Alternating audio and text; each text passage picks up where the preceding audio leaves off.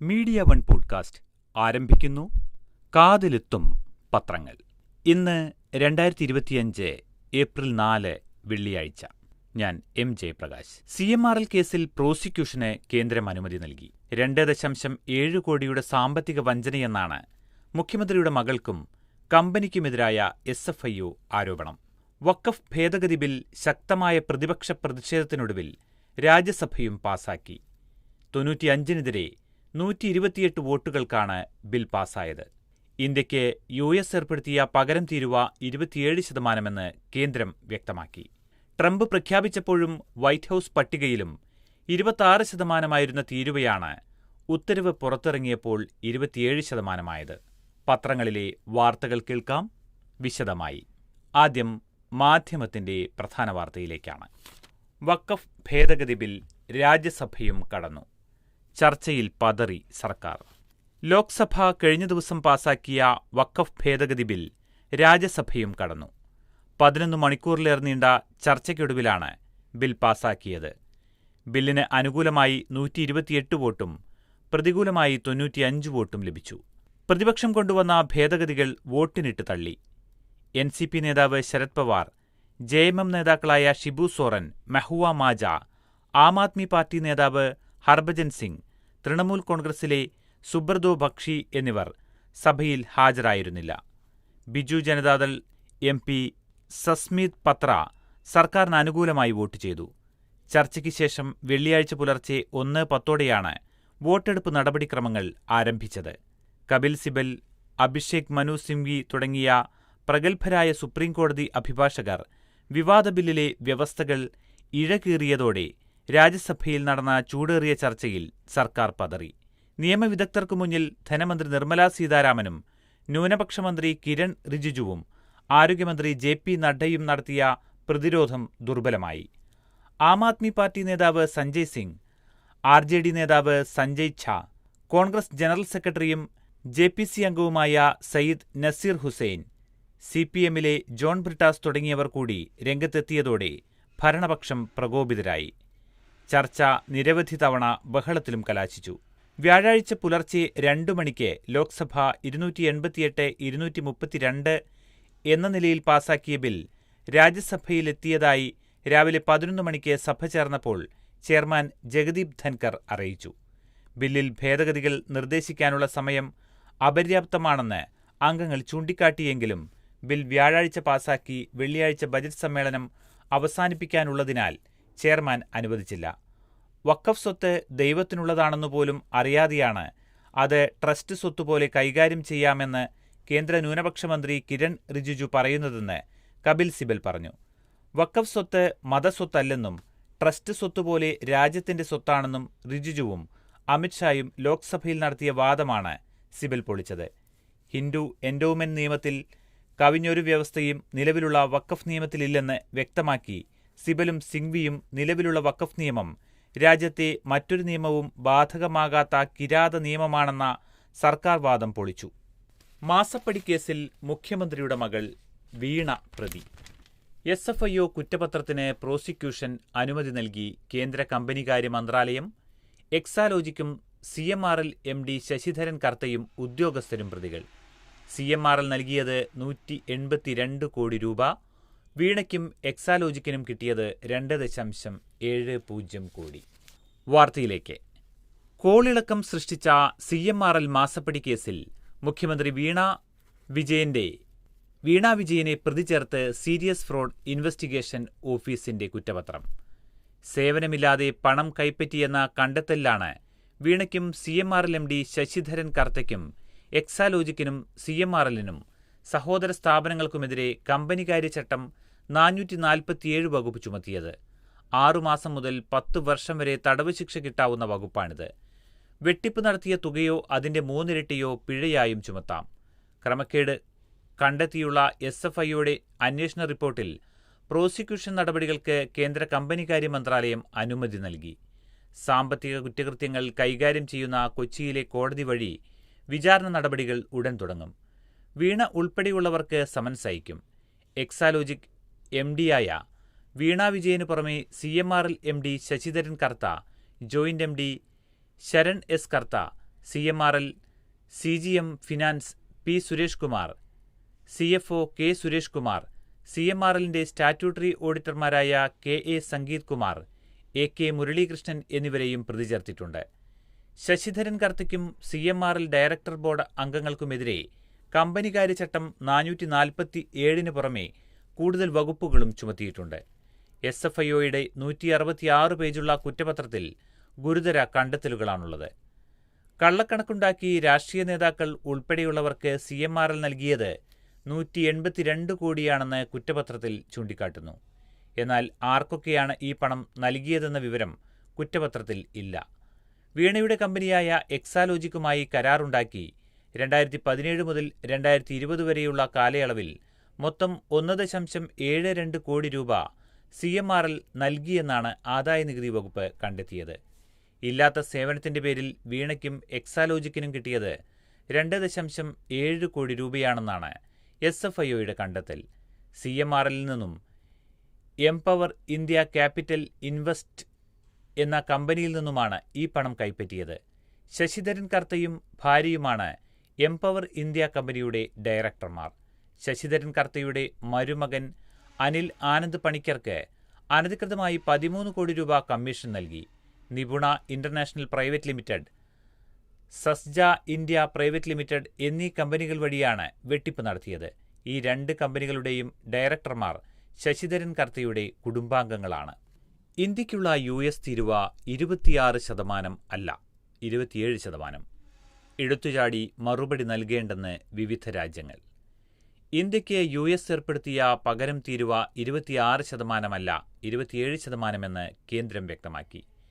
ഇന്നലെ പുലർച്ചെ US president Donald Trump പകരം തീരുവ പ്രഖ്യാപിച്ചപ്പോഴും തുടർന്ന് വൈറ്റ് ഹൌസ് പുറത്തുവിട്ട പട്ടികയിലും 26% തീരുവയാണ് പിന്നീട് ഉത്തരവ് പുറത്തിറങ്ങിയപ്പോൾ 27% എന്തുകൊണ്ടാണ് ഇത്തരമൊരു പൊരുത്തക്കേട് സംഭവിച്ചതെന്നും വ്യക്തമല്ല.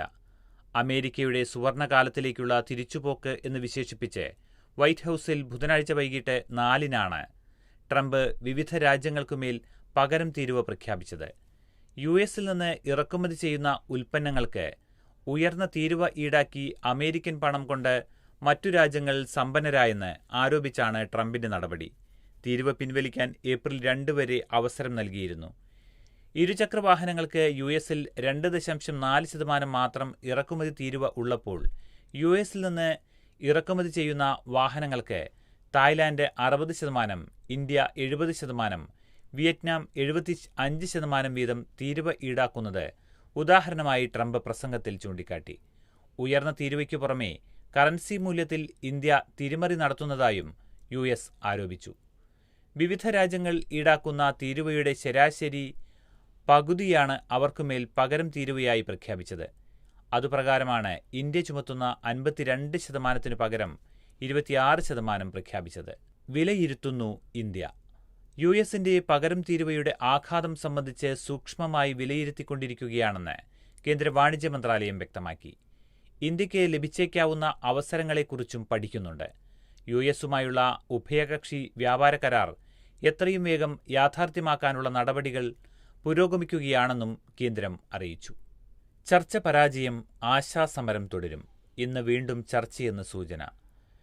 വേതന പരിഷ്കരണ കമ്മീഷൻ നിർദ്ദേശവുമായി സർക്കാർ. മന്ത്രിമാരായ വീണ ജോർജ്, KN ബാലഗോപാൽ എന്നിവരുടെ നേതൃത്വത്തിൽ നടന്ന ചർച്ചയിലും പരിഹാരമില്ലാത്തതിനെ തുടർന്ന് സെക്രട്ടേറിയറ്റിനു മുന്നിൽ നടത്തുന്ന സമരം തുടരാൻ ആശാപ്രവർത്തകരുടെ തീരുമാനം. വേതനം പരിഷ്കരിക്കുന്നതിനെപ്പറ്റി ആലോചിക്കാൻ കമ്മീഷനെ വയ്ക്കാമെന്ന നിർദ്ദേശം സർക്കാർ മുന്നോട്ട് വെച്ചെങ്കിലും Kerala Asha health workers association നേതൃത്വം നൽകുന്ന സമരസമിതി തള്ളി. അതേസമയം CITU, AITUC, INTUC യൂണിയനുകൾ തീരുമാനത്തെ പിന്താങ്ങി. മന്ത്രി വീണ ജോർജ് നേരിട്ടും മന്ത്രി KN ബാലഗോപാൽ ഓൺലൈനിലുമാണ് യോഗത്തിൽ പങ്കെടുത്തത്. ഇന്ന് ചർച്ച തുടരുമെന്ന സൂചനയുണ്ടെങ്കിലും ആരോഗ്യമന്ത്രിയുടെ ഓഫീസ് ഇക്കാര്യം സ്ഥിരീകരിച്ചിട്ടില്ല. സർക്കാർ മുന്നോട്ടുവെച്ച നിർദ്ദേശങ്ങളെപ്പറ്റി സമരസമിതി ചർച്ച നടത്തി തീരുമാനം അറിയിക്കുമെന്നാണ് കരുതുന്നത്. അതേസമയം ചർച്ചയുണ്ടെങ്കിൽ പങ്കെടുക്കുമെന്ന് സമരസമിതി വ്യക്തമാക്കി. എല്ലാ സുപ്രീം കോടതി ജഡ്ജിമാരും സ്വത്ത് വെളിപ്പെടുത്തുന്നു. നീതിന്യായ വ്യവസ്ഥയിൽ സുതാര്യത ഉറപ്പാക്കാനായി സുപ്രീം കോടതിയിലെ മുഴുവൻ ജഡ്ജിമാരും സ്വത്ത് വിവരം പരസ്യപ്പെടുത്തുന്നു. സുപ്രീം കോടതി വെബ്സൈറ്റിൽ ഇത് പ്രസിദ്ധീകരിക്കും. ഇന്നലെ നടന്ന ഫുൾ കോർട്ട് യോഗത്തിൽ ചീഫ് ജസ്റ്റിസ് സഞ്ജീവ് ഖന്നയുടെ നിർദ്ദേശത്തോടെ എല്ലാവരും യോജിച്ചതായാണ് വിവരം. നിലവിലെ 33 ജഡ്ജിമാരിൽ 30 പേരും നേരത്തെ തന്നെ സ്വത്തുവിവരം പരസ്യപ്പെടുത്തിയിട്ടുണ്ട്. ഡൽഹി ഹൈക്കോടതി ജഡ്ജി യശ്വന്ത് വർമ്മയുടെ വീടിനോട് ചേർന്ന സ്റ്റോർ മുറിയിൽ ചാക്ക് കണക്കിന് നോട്ടുകെട്ട് കണ്ടെത്തിയ പശ്ചാത്തലത്തിലാണ് പുതിയ തീരുമാനം. സംഭവത്തിലെ പ്രാഥമിക റിപ്പോർട്ട് വെബ്സൈറ്റിൽ പ്രസിദ്ധീകരിച്ച് ചീഫ് ജസ്റ്റിസ് ഖന്നയുടെ നടപടി ഏറെ ശ്രദ്ധ നേടിയിരുന്നു. CPM-നെ ആരു നയിക്കും? ധാവളെയോ ബേബിയോ? CPM പാർട്ടി കോൺഗ്രസ് 3-ാം ദിവസത്തിലേക്ക് കടക്കവേ അടുത്ത ജനറൽ സെക്രട്ടറിയെ നിശ്ചയിക്കാനുള്ള ചർച്ച ഊർജിതം. ഡൽഹി കേന്ദ്രീകരിച്ച് പ്രവർത്തിക്കുന്ന PB അംഗങ്ങളിൽ ഒരാളെ ജനറൽ സെക്രട്ടറിയാക്കാനാണ് സാധ്യത. അശോക് ധാവളെ, MA ബേബി എന്നിവരെ കേന്ദ്രീകരിച്ചാണ് പ്രധാന ചർച്ച. ബേബിയോടാണ് PB കോർഡിനേറ്റർ പ്രകാശ് കാരാട്ടിന് താൽപര്യം. കേരള ഘടകം അതിനെ പൂർണ്ണമായി പിന്തുണയ്ക്കുന്നില്ലെങ്കിലും അശോക് ധാവളയെ എതിർക്കുന്നതിൽ ഒറ്റക്കെട്ടാണ്. എന്നാൽ ബംഗാൾ ഘടകം കിസാൻ സഭ ദേശീയ പ്രസിഡന്റായ അശോക് ധാവളയ്ക്കു വേണ്ടി ശക്തമായി രംഗത്തുണ്ട്. PBയിൽ പ്രായപരിധിയിളവ് നൽകേണ്ടതില്ലെന്നാണ് ആദ്യവട്ട ചർച്ചയിലെ പൊതുധാരണ. ജനറൽ സെക്രട്ടറി ഉൾപ്പെടെ 17 അംഗങ്ങളാണ് PBയിൽ. പ്രായപരിധി കഴിഞ്ഞവർ മുഖ്യമന്ത്രി പിണറായി വിജയൻ അടക്കം 7 പേർ. പിണറായിക്ക് ഇളവേകുന്നതിൽ ചർച്ച തുടരുന്നു. പ്രകാശ് കാരാട്ട്, ബൃന്ദ കാരാട്ട്, മണിക് സർക്കാർ, സുഭാഷിണി അലി, G രാമകൃഷ്ണൻ, സൂര്യകാന്ത് മിശ്ര എന്നിവർ വിരമിക്കും. സീതാറാം യെച്ചൂരിയുടെ അഭാവത്തിൽ പാർട്ടിയുടെ ദേശീയ മുഖമായി അറിയപ്പെടുന്ന വൃന്ദയെ ജനറൽ സെക്രട്ടറിയാക്കുമെന്ന് കേരളത്തിലേതടക്കം ഒരു വിഭാഗം നേതാക്കൾക്ക് താൽപ്പര്യമുണ്ട്. പുതിയ നേതാക്കൾക്ക് അവസരമൊരുക്കാൻ PBയിൽ പ്രായപരിധി നടപ്പാക്കണമെന്ന് നേരത്തെ ശക്തമായി വാദിച്ചിട്ടുള്ളതിനാൽ താൻ വിരമിക്കുകയാണെന്ന് ബൃന്ദ നിലപാടെടുത്തതായാണ് വിവരം. സൗദിയിൽ വാഹനാപകടം. പ്രതിശ്രുത വരനും വധുവിനും ദാരുണാന്ത്യം. മരിച്ചത് വയനാട് സ്വദേശികൾ. സൗദി അറേബ്യയിലെ വിനോദസഞ്ചാര കേന്ദ്രമായ അൽ ഉലയിൽ വാഹനങ്ങൾ കൂട്ടിയിടിച്ച് 2 മലയാളികളടക്കം 5 പേർ മരിച്ചു. വയനാട് നടവയൽ നെയ്പ്പുപ്പക്കാരിക്കൂട്ടത്തിൽ ബൈജുവിന്റെയും നിസിയുടെയും മകൾ ടീന ബൈജു, അമ്പലവയൽ ഇളയിടത്തുമഠത്തിൽ അലക്സാണ്ടറിന്റെയും ഷീജയുടെയും മകൻ അഖിൽ അലക്സ് എന്നിവരാണ് മരിച്ച മലയാളികൾ. അൽ ഉല സന്ദർശിച്ച് മടങ്ങവേ ബുധനാഴ്ച വൈകിട്ട് 4 മണിയോടെയാണ് അപകടമുണ്ടായത്. മരിച്ചവരിൽ മറ്റു 3 പേർ സൗദി പൗരന്മാരെന്നാണ് പ്രാഥമിക വിവരം. ഇവർ സഞ്ചരിച്ച വാഹനവും എതിർദിശയിലെത്തിയ സൗദി സ്വദേശികളുടെ ലാൻഡ് ക്രൂയിസറും കൂട്ടിയിടിച്ച് തീപിടിക്കുകയായിരുന്നു. മൃതദേഹങ്ങൾ കത്തിക്കരിഞ്ഞ നിലയിലായിരുന്നു. മദീനയിലെ കാർഡിയാക് സെന്ററിൽ 2 വർഷമായി നഴ്സായ ടീനയുടെ പ്രതിശ്രുത വരനാണ് അഖിൽ അലക്സ്. ലണ്ടനിൽ നിന്ന് സന്ദർശന വിസയിൽ സൗദിയിൽ എത്തിയതായിരുന്നു. സൗദിയിൽ നിന്ന് ഇരുവരും ഒരുമിച്ച് നാട്ടിലെത്തി വിവാഹിതരാകാനിരിക്കെയാണ് ദുരന്തം. മൃതദേഹങ്ങൾ അൽ ഉലയിലെ മുഹസിൻ ആശുപത്രിയിൽ സൂക്ഷിച്ചിരിക്കുകയാണ്. മറ്റ് നടപടിക്രമങ്ങൾ നടന്നുവരുന്നതായി മദീനയിലെ KMCC പ്രവർത്തകർ അറിയിച്ചു. ടീനയുടെ സഹോദരി ട്വിങ്കിൾ, അഖിലിന്റെ സഹോദരൻ ഡെനിൽ അലക്സാണ്ടർ. രാജ്യഭരണം പോയെങ്കിലും സാമൂതിരി KC ഉണ്ണിയനുജൻ രാജ അന്തരിച്ച വാർത്ത മിക്ക പത്രങ്ങളും 1-ാം പേജിൽ തന്നെ നൽകിയിരിക്കുന്നു. 11 വർഷമായി കോഴിക്കോട് സാമൂതിരി രാജാവായ KC ഉണ്ണിയനുജൻ രാജ 100 വയസ്സ് അന്തരിച്ചു. ഏതാനും ദിവസമായി കോഴിക്കോട്ടെ സ്വകാര്യ ആശുപത്രിയിൽ ചികിത്സയിലായിരുന്ന അദ്ദേഹം വ്യാഴാഴ്ച വൈകിട്ട് 5:15-നാണ് അന്തരിച്ചത്. തിരുവണ്ണൂർ സുബ്രഹ്മണ്യസ്വാമി ക്ഷേത്രത്തിന് സമീപം അയോധ്യ അപ്പാർട്ട്മെന്റ്സിലായിരുന്നു സ്ഥാനമേറ്റ ശേഷം താമസിച്ചിരുന്നത്. 2014-ൽ 89-ാം വയസ്സിലാണ് അദ്ദേഹം സാമൂതിരിയായത്. 1925 ജൂലൈ 8-ന് തിരുവേഗപ്പുറം അഴകപ്ര കുബേരൻ നമ്പൂതിരിപ്പാടിന്റെയും കോട്ടയ്ക്കൽ കിഴക്കേ കോവിലകത്തെ കുഞ്ഞുതമ്പുരാട്ടിയുടെയും 4ാമത്തെ മകനായി കോട്ടയ്ക്കൽ കിഴക്കേ കോവിലകത്തായിരുന്നു ജനനം. കോട്ടയ്ക്കൽ രാജാസ് സ്കൂളിൽ നിന്ന് ഹൈസ്കൂൾ വിദ്യാഭ്യാസം പൂർത്തിയാക്കിയ ശേഷം സാമൂതിരി ഗുരുവായൂരപ്പൻ കോളേജിൽ നിന്ന് ഇന്റർമീഡിയറ്റ് പാസ്സായി. മദ്രാസ് ഇൻസ്റ്റിറ്റ്യൂട്ട് ഓഫ് ടെക്നോളജിയിൽ നിന്ന് എഞ്ചിനീയറിംഗ് ബിരുദം നേടിയ അദ്ദേഹം പെരമ്പൂർ കോച്ച് ഫാക്ടറിയിലാണ് ഔദ്യോഗിക ജീവിതത്തിന് തുടക്കമിട്ടത്. പിന്നീട് ജാംഷഡ്പൂർ ടെൽകോമിൽ എഞ്ചിനീയറായി ജോലി ചെയ്ത ശേഷം കളമശ്ശേരി HMTയിൽ ചീഫ് എഞ്ചിനീയറായി. കേരളത്തിൽ കമ്പ്യൂട്ടർ വ്യാപകമാകും മുൻപേ 1969-ൽ സർക്കാരിന്റെ പ്രതിനിധിയായി ജർമ്മനിയിൽ പോയി കമ്പ്യൂട്ടറുമായി ബന്ധപ്പെട്ട സാങ്കേതിക വിദ്യകൾ പരിശീലിച്ചു. വടക്കാഞ്ചേരി കണ്ണമ്പ്ര തറവാട്ടിൽ പരേതയായ മാലതി നേത്യാരാണ് ഭാര്യ. വഖഫ് ബില്ലുമായി ബന്ധപ്പെട്ട് രാജ്യസഭയിൽ നടന്നതെന്താണെന്ന് കുറച്ചുകൂടി വിശദമായി നമുക്ക് വായിക്കാം. വഖഫ് രാജ്യസഭയിലും ചൂടൻ ചർച്ച, നടപ്പാക്കുന്നത് കോൺഗ്രസിന്റെ നിർദ്ദേശങ്ങളെന്ന് റിജിജു. വാർത്ത മാതൃഭൂമിയിൽ നിന്നാണ്. വഖഫ് ഭേദഗതി ബില്ലിലുള്ളത് കോൺഗ്രസ് UPA സർക്കാരുകളുടെ കാലത്തുണ്ടാക്കിയ കമ്മിറ്റികളുടെ നിർദ്ദേശങ്ങളും ആശയങ്ങളും മാത്രമാണെന്ന് കേന്ദ്ര ന്യൂനപക്ഷ മന്ത്രി കിരൺ റിജിജു. 1976 രൂപവൽക്കരിച്ച വഖഫ് അന്വേഷണ സമിതിയാണ് മുതവല്ലിമാർ അഥവാ വഖഫ് സ്വത്തുക്കൾ കൈകാര്യം ചെയ്യുന്നവർ സ്വത്തുക്കൾ ദുരുപയോഗം ചെയ്യുന്നത് കണ്ടെത്തിയത്. ഇത് പഠിക്കാൻ സച്ചാർ കമ്മിറ്റി ഉണ്ടാക്കി. 2006 കമ്മിറ്റി റിപ്പോർട്ടിൽ വഖഫ് ശക്തിപ്പെടുത്തണമെന്ന് ആവശ്യപ്പെട്ടു. അന്ന് 4.9 ലക്ഷം വഖഫ് സ്വത്തുക്കൾ ഉണ്ടായിരുന്നു. വർഷം 163 കോടി വരുമാനം. ഈ സ്വത്ത് കൃത്യമായി പരിപാലിച്ചാൽ 12,000 കോടി നേടാമെന്നും കമ്മിറ്റി ചൂണ്ടിക്കാട്ടി. ഇപ്പോൾ വഖഫ് സ്വത്തുക്കൾ 8.72 ലക്ഷമായി. സച്ചാർ കമ്മിറ്റി കണക്കുപ്രകാരം 4.9 ലക്ഷം സ്വത്തുക്കളിൽ നിന്ന് വർഷം 12,000 കോടി ഉണ്ടാക്കാമെങ്കിൽ ഇപ്പോഴുള്ളവ കൃത്യമായി നോക്കി നടത്തിയാൽ എത്ര പണമുണ്ടാക്കാനാകുമെന്നും അദ്ദേഹം ചോദിച്ചു. പിന്നീട് K. റഹ്മാൻ ഖാൻ സാഹിബ് അധ്യക്ഷനായ സംയുക്ത പാർലമെന്ററി സമിതി ഉണ്ടാക്കി. അന്ന് അദ്ദേഹം ന്യൂനപക്ഷ കാര്യമന്ത്രിയായിരുന്നു. വഖഫിന്റെ അടിസ്ഥാന സൗകര്യവും മനുഷ്യവിഭവശേഷിയും ഫണ്ടും കുറവാണെന്ന് അദ്ദേഹം കണ്ടെത്തി.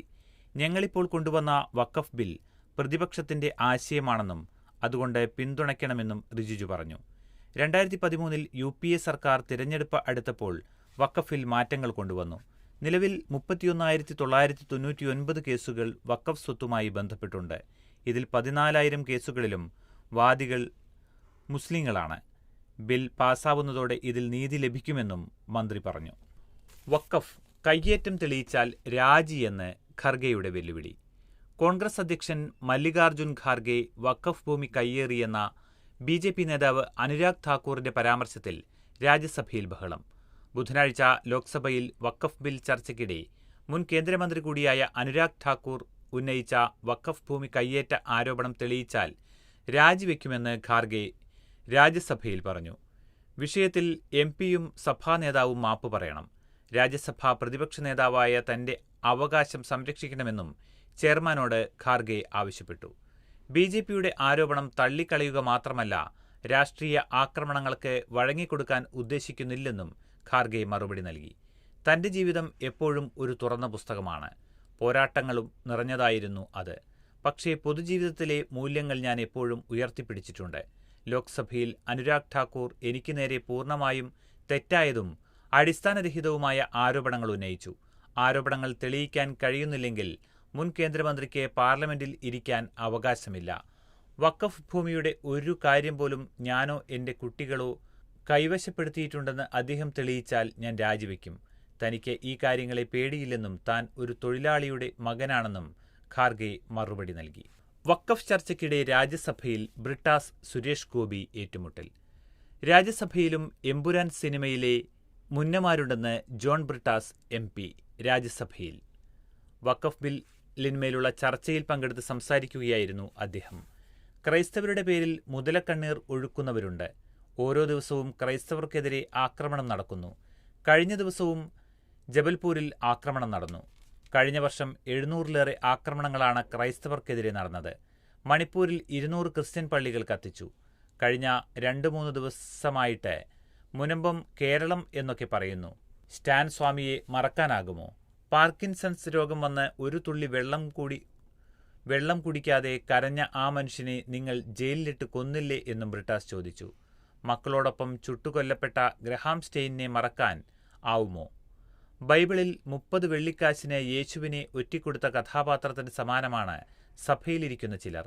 അവർ യൂദാസിന്റെ പദവി അലങ്കരിക്കുന്നവരാണ്. എമ്പുരാൻ സിനിമയിലെ കഥാപാത്രമായ മുന്നയെ സഭയിൽ BJP-യുടെ ബെഞ്ചിൽ കാണാം. ആ മുന്നയെ കേരളവും മലയാളിയും തിരിച്ചറിയും.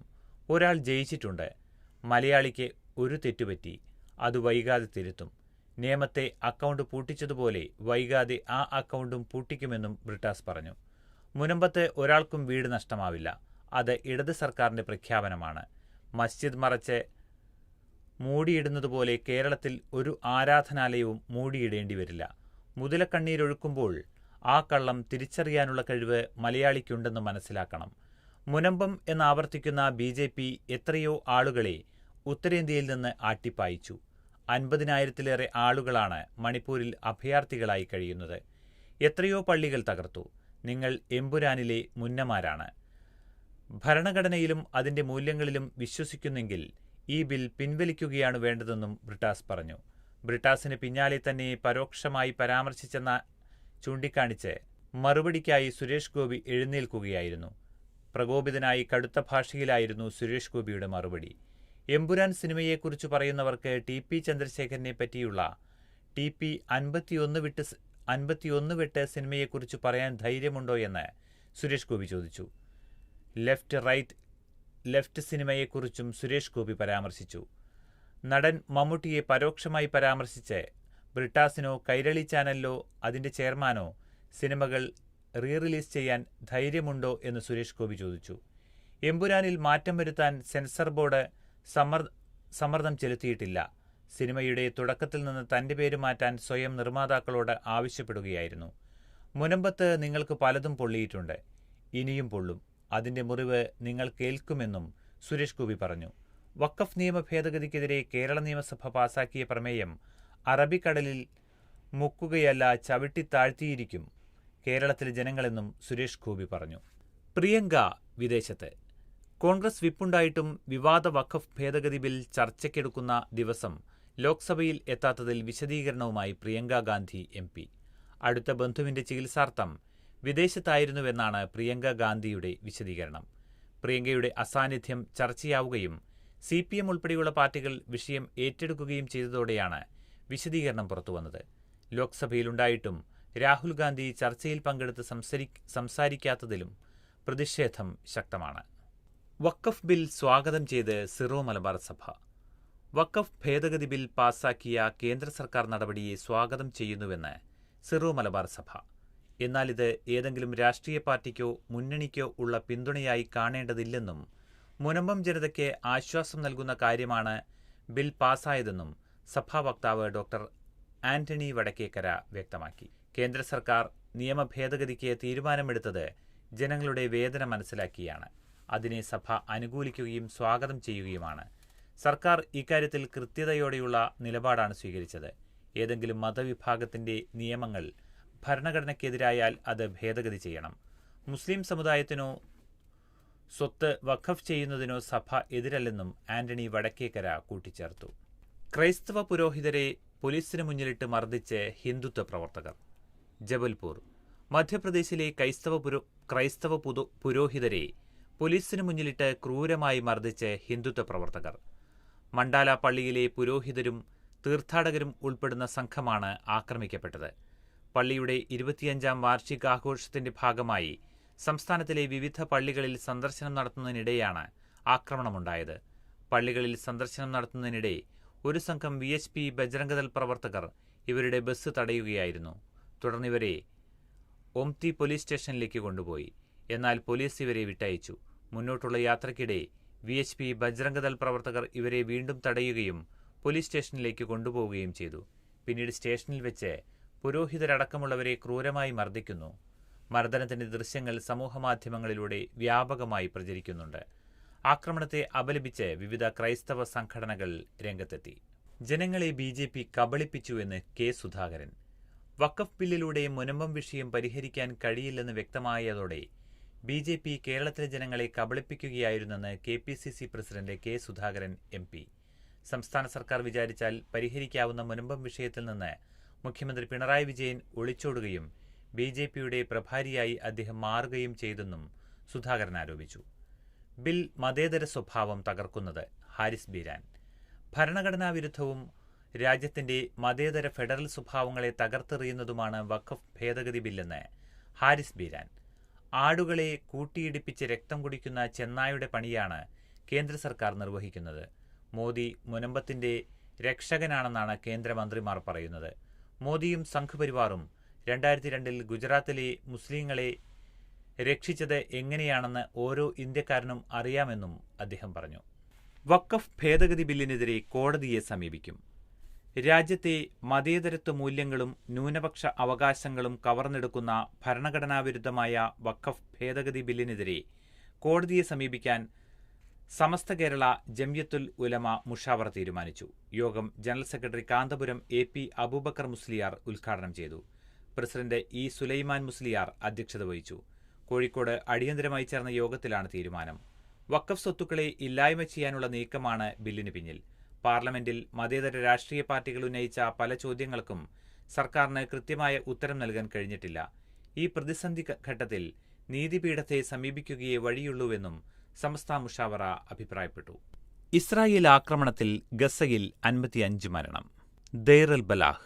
ബുധനാഴ്ച അർദ്ധരാത്രി കഴിഞ്ഞും ഗസയിൽ ഇസ്രായേൽ നടത്തിയ ആക്രമണങ്ങളിൽ 55 പേർ കൊല്ലപ്പെട്ടു. മരണസംഖ്യ ഉയരാനിടയുണ്ട്. ഗസയിലെ വലിയൊരു ഭാഗം പിടിച്ചെടുക്കാൻ ഇസ്രായേൽ പദ്ധതി തയ്യാറാക്കിയെന്ന വാർത്ത പുറത്തുവന്നതിന് പിന്നാലെയാണ് ആക്രമണം. ശേഷിക്കുന്ന ബന്ദികളെ വിട്ടയക്കുക, ഹമാസ് നിരായുധീകരിച്ച് ഗസ വിടുക തുടങ്ങിയവയാണ് ഇസ്രായേൽ ആവശ്യങ്ങൾ. ഇതിന് തയ്യാറായില്ലെങ്കിൽ ആക്രമണം ഇനിയും കടുപ്പിക്കുമെന്ന ഭീഷണിയുമുണ്ട്. ഗസയെ ശ്വാസം മുട്ടിക്കുന്നതിനായി മാസം നീളുന്ന ഭക്ഷ്യസാധന, ഇന്ധന ഇറക്കുമതി നിരോധനം പ്രഖ്യാപിച്ചിരിക്കുകയാണ് ഇസ്രായേൽ. ഇത് യുദ്ധത്തിൽ തകർന്ന ഗസയെ കൊടും ദുരിതത്തിലാക്കി. കഴിഞ്ഞ ദിവസത്തെ ആക്രമണത്തിൽ ഖാൻ യൂനിസിലെ ഒരു കുടുംബത്തിലെ 9 പേർ കൊല്ലപ്പെട്ടു. 5 കുഞ്ഞുങ്ങളും ഇതിലുൾപ്പെടും. ആശുപത്രിയിൽ ഗർഭിണികളുടേതടക്കമുള്ള മൃതദേഹങ്ങളാണ് എത്തിയത്. ഗസയിൽ പുതിയ സുരക്ഷാ ഇടനാഴി സ്ഥാപിക്കുന്നതായി പ്രധാനമന്ത്രി ബെന്യാമിൻ നെതന്യാഹു തന്നെയാണ് ബുധനാഴ്ച പ്രഖ്യാപിച്ചത്. ഹമാസിനെ സമ്മർദ്ദത്തിലും ഗസയിൽ കൂടുതൽ നിയന്ത്രണവുമാണ് ലക്ഷ്യം. ഏതുവിധേനയും ബന്ദികളെ മോചിപ്പിക്കാനും ഇസ്രായേൽ പദ്ധതിയിടുന്നു. പാശ്ചാത്യ രാജ്യങ്ങളുടെ പിന്തുണയുള്ള ഫലസ്തീൻ അതോറിറ്റി പുതിയ ഇടനാഴി നീക്കം തള്ളി. ഹമാസ് ഗസയിൽ അധികാരമൊഴിയണമെന്ന അതോറിറ്റി ആവശ്യപ്പെട്ടു. 1-ാം ക്ലാസ് പ്രവേശനം 7 മുതൽ. തിരുവനന്തപുരം. സംസ്ഥാനത്തെ സ്കൂളുകളിൽ 1-ാം ക്ലാസ് പ്രവേശനം ഏപ്രിൽ 7 മുതലും മറ്റു ക്ലാസ്സിലേക്ക് മെയ് 2 മുതലും തുടങ്ങും. ഇത് സംബന്ധിച്ച് പൊതുവിദ്യാഭ്യാസ ഡയറക്ടർ സർക്കുലർ പുറപ്പെടുവിച്ചു. അൺഎയ്ഡഡ് സ്കൂളുകൾക്കുൾപ്പെടെ ഇത് ബാധകമാണ്. സ്കൂൾ പ്രവേശനത്തിന് ഒരു കാരണവശാലും പരീക്ഷ പാടില്ലെന്നും നിർദ്ദേശിച്ചിട്ടുണ്ട്. 1 മുതൽ 7 വരെയും 9ലെയും വാർഷിക പരീക്ഷ അടിസ്ഥാനമാക്കിയുള്ള കുട്ടികളുടെ ക്ലാസ് കയറ്റ പട്ടിക മെയ് 4-നകം പ്രസിദ്ധീകരിക്കണം. 9-ാം ക്ലാസ്സിൽ നിന്ന് പ്രമോഷന് അർഹത ലഭിക്കാത്ത കുട്ടികൾക്ക് സ്കൂൾ തലങ്ങളിൽ പ്രത്യേക ചോദ്യപേപ്പർ തയ്യാറാക്കി നിലവിലുള്ള സേ പരീക്ഷ എഴുതാൻ അവസരം നൽകണമെന്നും നിർദ്ദേശമുണ്ട്. വാർഷിക പരീക്ഷയുടെ സമയത്ത് സംസ്ഥാനത്ത് ഇല്ലാതിരിക്കുകയും അസുഖം പോലുള്ള കാരണങ്ങളാൽ പരീക്ഷ എഴുതാൻ പറ്റാത്തവർക്കും സ്കൂൾ തല ചോദ്യപേപ്പർ തയ്യാറാക്കി പരീക്ഷ നടത്തി അടുത്ത ക്ലാസ്സിലേക്ക് കയറ്റം നൽകണം. പ്രവേശന സമയത്ത് ഏതെങ്കിലും രേഖ ഹാജരാക്കാൻ കഴിയാത്ത കുട്ടികൾക്ക് താൽക്കാലിക പ്രവേശനം നൽകണം. പൊതുവിദ്യാലയങ്ങളിൽ പ്രവേശനം ആഗ്രഹിക്കുന്നവർക്ക് അത് ഉറപ്പാക്കുന്ന സാഹചര്യമൊരുക്കണമെന്നും ഡയറക്ടർ നിർദ്ദേശിച്ചു. ഇതോടെ ഇന്നത്തെ കാതിലെത്തും പത്രങ്ങൾ സമാപിക്കുന്നു. ഇനി നാളെ. നന്ദി, നമസ്കാരം.